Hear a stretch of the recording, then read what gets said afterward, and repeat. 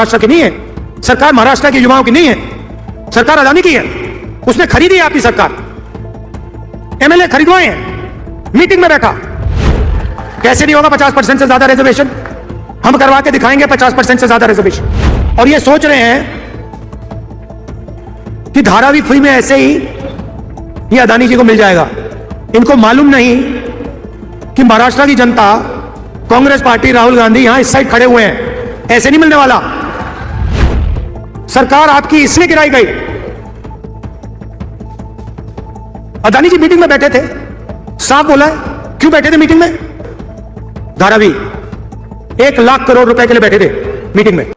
अभी आप राहुल गांधी को सुन रहे थे। राहुल गांधी गौतम अडानी पर निशाना साधते हुए नजर आ रहे होंगे और दरअसल एक बार फिर से महाराष्ट्र में गौतम अडानी मुद्दा बन गए हैं। मामला क्या है वीडियो में बताएंगे। तो वहीं धारावी का प्रोजेक्ट को लेकर के भी गौतम अडानी का काफी चर्चा हो रहा है। ये धारावी प्रोजेक्ट क्या है इसके बारे में भी बताएंगे। नमस्कार, मेरा नाम विश्वजीत कुमार और आप देख रहे हैं वाक फॉर इंडिया न्यूज। अभी महाराष्ट्र में एक बार फिर से गौतम अडानी चर्चा के केंद्र बने हुए हैं और अडानी साहब जो हैं वो आजकल कुछ ज़्यादा ही चर्चा में रहते हैं। और आए दिन ये आरोप भी लगता है कि जब तक मोदी जी गुजरात में थे तब तक अडानी साहब का जो कारोबार था वो गुजरात तक सीमित था। जैसे मोदी जी केंद्र में आए पूरे विश्व में इनका कारोबार फैल गया, जिसके बाद से अडानी साहब पर विभिन्न सवाल भी खड़ा बीते दिनों से होते आ रहा है। अब नया जिस तरह से आरोप अडानी साहब पर लगा है और राहुल गांधी का कहना है कि महाराष्ट्र में जो 2019 में जो सरकार गिराया गया उसमें उद्धव ठाकरे जो मुख्यमंत्री बने थे वो सरकार इसीलिए गिराया गया क्योंकि जो गौतम अडानी का बिजनेस था उसको पूरे तरीके से चौपट किए हुए थे आपके जो है उद्धव ठाकरे, जिस वजह से गौतम अडानी पूरा नाराज थे। और जो सरकार गिराने के लिए जो मीटिंग हुआ 2019 में, एक मीटिंग मुंबई में गौतम अडानी के फार्म हाउस पे हुआ जहां आपके जो अजीत पवार हैं, शरद पवार हैं, आपके देवेंद्र फडणवीस हैं, गौतम अडानी हैं, ये लोग सब शामिल हुए थे। और इसका खुलासा अजीत पवार ही किए जो अभी बीजेपी से गलबैया किए हुए हैं और बीजेपी के लिए ही मुसीबत क्रिएट किए हुए हैं। और बीते दिनों जिस तरह से हम बटेंगे तो कटेंगे नारे को लेकर के अजीत पवार का बयान आया कि ये नारा महाराष्ट्र में नहीं चलेगा।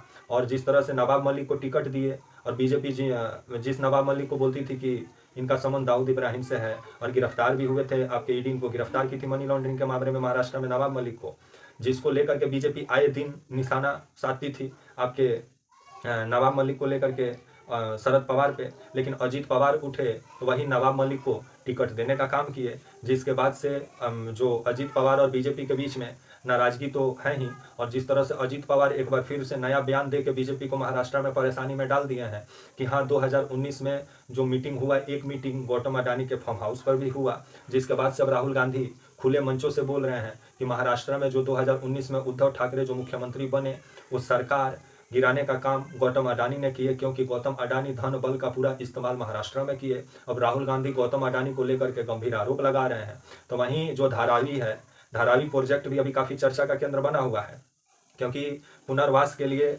इनको काम दिया गया है आपके गौतम अडानी को वहाँ पे। और खबर आ रहा है कि वहाँ पर भी जमीन हड़पने का काम गौतम अडानी ग्रुप कर रहा है, जिस वजह से वहाँ के लोग गौतम अडानी ग्रुप का विरोध कर रहे हैं। और उनका कहना है कि यह प्रोजेक्ट गौतम अडानी को नहीं मिलना चाहिए, जिसको लेकर के जो आपके धारावी के लोग हैं वो गौतम अडानी का विरोध कर रहे हैं। क्योंकि ये धारावी जो है मुंबई का सबसे बड़ा स्लम इलाका बोला जाता है और झोंका झोपड़ी वाला इलाका बोला जाता है, जहाँ मतलब वो बहुत कम इलाकों में लोग अपना झोंका झोपड़ी बना के रहते हैं यहाँ पे। और ये पूरा जो इलाका है ये 2.39 वर्ग किलोमीटर में ये फैला हुआ है और यहाँ 10 लाख से ऊपर लोग रहते हैं। तो वहीं ये जो आपका पुनर्वास का जो प्रोजेक्ट जो है आपका अडानी साहब का, ये प्रोजेक्ट आपका 23,000 करोड़ रुपया का बताया जा रहा है। तो वहीं ये जो प्रोजेक्ट है आपका धारावी के लिए, कि धारावी को स्लम से मुक्ति दिलाने के लिए, जिसको लेकर के एक मतलब आदेश भी दिया गया है धारावी में रहने वाले लोगों को कि अगर आपके पास 2000 जो मतलब 2000 से पहले से अगर आप रहते आए हैं धारावी में, तभी आपको यहाँ जो आपका 350 स्क्वायर फीट में जो मकान बना के देने का वादा किया गया है आपका धारावी के लोगों को आपके अडानी ग्रुप की तरफ से। लेकिन उस पर भी एक शर्त है कि वो मकान तभी मिलेगा 350 स्क्वायर फीट का तभी मिलेगा जब आपके पास कागज होगा और आप धारावी जो ये झोंका झोपड़ी है यहाँ आप 2000 से पहले से आप रहते आए हों। अगर उससे एक दिन पहले अगर 2001 में आए हैं, अगर आप 2002 में आए हैं, तब आपको ये जो 350 स्क्वायर फीट वाला जो मकान है अडानी साहब का, ये आपको नहीं मिलेगा, जिसको लेकर के पूरा बखेड़ा है।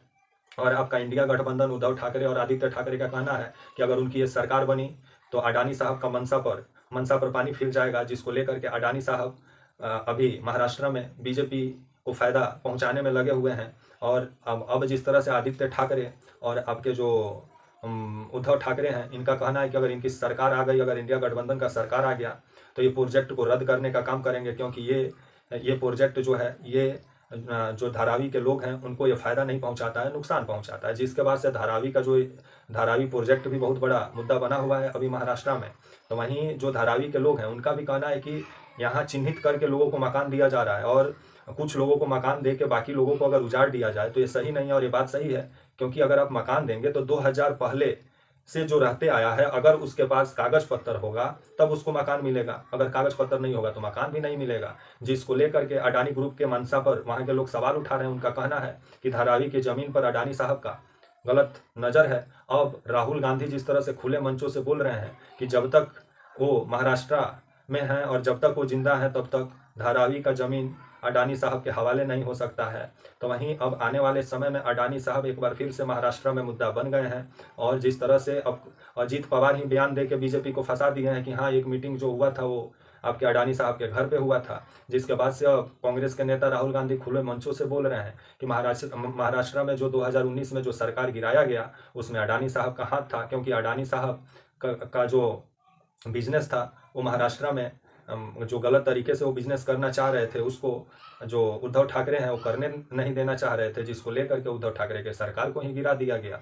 जिसके बाद से अब एक बार फिर से अडानी साहब पे विभिन्न सवाल भी खड़ा हो रहा है। और मोदी जी अडानी साहब के सहारे अब राहुल गांधी मोदी जी पर भी हमलावर हैं। आने वाले समय में बीजेपी इसका क्या जवाब देती है देखने वाली बात होगी। तब तक के लिए आप मुझे इजाजत दीजिए और आप हमारे channel walk for India news को प्लीज़ लाइक और सब्सक्राइब और शेयर करना ना भूलें। तब तक के लिए नमस्कार, जय हिंद, वंदे मातरम।